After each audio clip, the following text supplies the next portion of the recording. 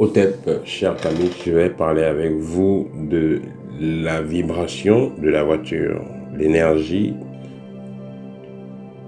qui existe dans une voiture. Il faut noter que la voiture est quelque part comme la maison. Vous passez assez de temps dans votre voiture, vous développez certaines émotions dans votre voiture. Et on a parfois l'impression que la voiture, voilà, qu'elle est vivante. Je vais m'expliquer. Il arrive des cas, c'est arrivé chez beaucoup de personnes, chez moi aussi ça m'est arrivé personnellement. Il arrive des cas, vous avez une voiture, vous l'utilisez correctement, et à un moment donné, vous voulez vendre la voiture. Mais c'est quand vous voulez vendre la voiture que, soit vous avez une crevaison, vous restez avec une voiture pendant 7 mois, vous n'avez pas eu de crevaison. Mais quand vous décidez de vendre la voiture, par exemple, le client viendra peut-être après 2 jours ou le lendemain, ou le même jour, et en matinée, vous avez crevaison. Donc, comme si la voiture ne veut pas partir. Donc, comme si elle s'est adaptée à vous. Ou la voiture fonctionne très bien, et quand le client vient, la voiture commence à déranger pour ne pas partir. Donc, quelque part, c'est vrai que c'est un appareil, c'est un robot, c'est un appareil. Mais c'est une machine autant pour moi, c'est un appareil. Mais quelque part, vous avez l'impression que cette voiture-là commence à devenir consciente en fait, comme un être, voilà. Et il y a des cas aussi, vous allez vous rendre compte, vous achetez la voiture à une personne, on vous offre les roues, bon, ceux qui sont en Europe, parce que voilà, il y a la roue d'hiver, roue d'été, c'est pas la même chose. Il y a des roues qu'on va mettre seulement en été, des roues qu'on met seulement en hiver. Donc, vous avez acheté une voiture et le vendeur, en occasion, bien entendu, le vendeur vous a offert des roues. Vous avez acheté en hiver, vous a offert des roues d'été. Ou alors, vous avez vendu une voiture à une personne. Vous avez mis la voiture correcte. Vous avez vendu en remettant les roues d'été très gentiment. Et après, vous achetez une voiture. Celui qui vous vend les roues vous offre également celui qui vous vend la voiture autant pour moi vous offre également les roues. Vous voyez ce que je veux dire? Il y a des cas également où vous achetez une voiture, directement vous avez des problèmes. Parce que la voiture ne fonctionne pas très bien, vous avez des problèmes avec le vendeur. Donc vous achetez la voiture, directement vous tombez dans une certaine énergie. Quand vous avez acheté la voiture. Vous l'arrangez, vous l'utilisez. Après quelques temps, vous revendez la voiture. Celui qui achète la voiture, il tombe dans des problèmes avec cette voiture-là. Et vous avez des problèmes avec cette personne. Donc, vous revivez les mêmes expériences que vous avez eues à l'achat. Mais là, maintenant, c'est vous vivez cette même expérience avec l'acheteur. Donc, que ce soit dans le sens positif, en achetant, vous avez cadoté les roues, vous étiez content. En revendant, en vendant ce que vous avez eu, en vendant, donc, en achetant, autant pour moi, voilà, en achetant la voiture à autrui, la personne a très bien fait, vous avez été dans les bons termes. En revendant, vous faites pareil, vous êtes dans les bons termes. Et plus tard, quand vous achetez, voilà, vous achetez encore chez une personne, vous tombez sur quelqu'un qui est bien et qui vous fait un bon prix et qui vous offre des roues. Voilà, donc c'est comme une énergie. En fait, c'est une énergie qui part et qui revient. Il y a ça autour de la voiture. Voilà, donc il y a des voitures où, par exemple, une voiture qui a été accidentée, quelqu'un est décédé dans la voiture. Ou ça, une voiture qui a écrasé des personnes. Il est clair que cette voiture aura une certaine énergie. Que quand il y a eu un accident, il est mort dans la voiture.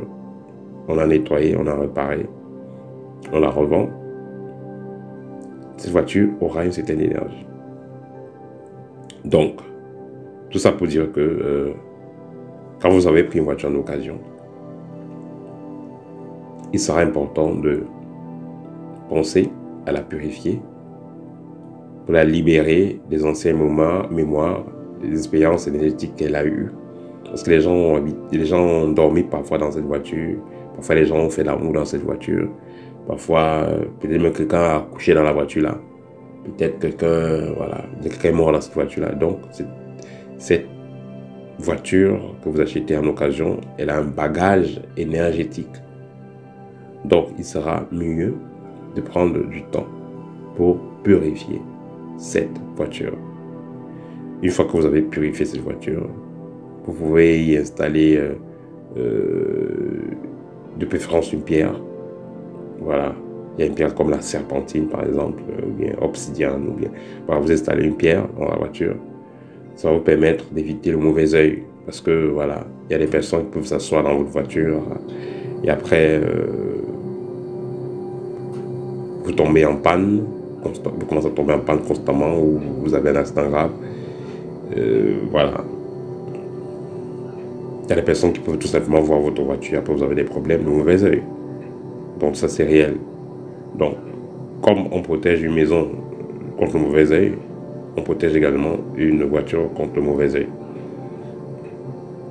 Parce que c'est des phénomènes qui sont réels. Donc, je fais cette vidéo avec vous pour, voilà, pour attirer votre attention sur cela. Il sera sage pour tout un chacun, disons pour ceux qui achètent des voitures en occasion, d'abord pour purifier la voiture une fois qu'ils ont acheté la voiture. Ensuite, installer un objet de protection dans cette voiture. Pour ceux qui ont acheté la voiture neuve, voilà, purifier la voiture, c'est pas obligatoire, mais c'est du conseil dans tous les cas. Et installer un objet de protection dans la voiture contre le mauvais œil et tout, ça sera également très important. Voilà, pour éviter le mauvais œil, parce que vous avez la voiture, vous partez au quartier, vous promenez, voilà, vous ne savez pas qui est content, qui n'est pas content. On peut vous lancer quelque chose, voilà, votre voiture a un numéro d'immatriculation. Quelqu'un connaît votre numéro d'immatriculation, on peut faire un rituel et voilà, ça va agir sur vous, hein. Ça va agir sur votre voiture autant pour moi.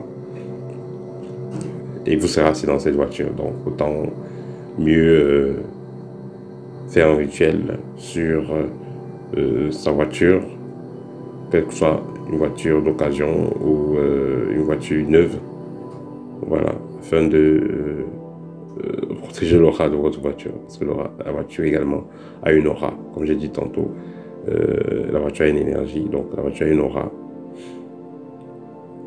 qui dépend de tout ce que la voiture a eu comme expérience. Et si je renvoie aux différents chauffeurs, vous avez acheté une voiture, vous êtes le 4e propriétaire, 5e propriétaire, voilà. Et il y a des gens aussi qui vont faire des pratiques mystiques, qui vont méditer, faire beaucoup d'autres choses dans leur voiture. Voilà, et si vous achetez une voiture comme ça, il faudra également lui préparer. Donc comme la voiture, comme la maison, il y a des maisons qui apportent la chance, il y a des maisons qui n'apportent pas. C'est pareil avec les voitures, il y a des voitures qui vont vous apporter la chance, des voitures qui ne vont pas vous apporter la chance. Voilà. Tout va dépendre de l'expérience énergétique de cette voiture. Et pour finir, vous pouvez vous procurer le livre Guide pratique. Dans ce livre, il y a un rituel adéquat pour la voiture. Voilà. Si vous n'avez pas l'opportunité d'avoir ce livre, notez tout simplement que vous pouvez purifier votre voiture comme vous et faire une protection sur votre voiture comme vous le faites sur votre maison.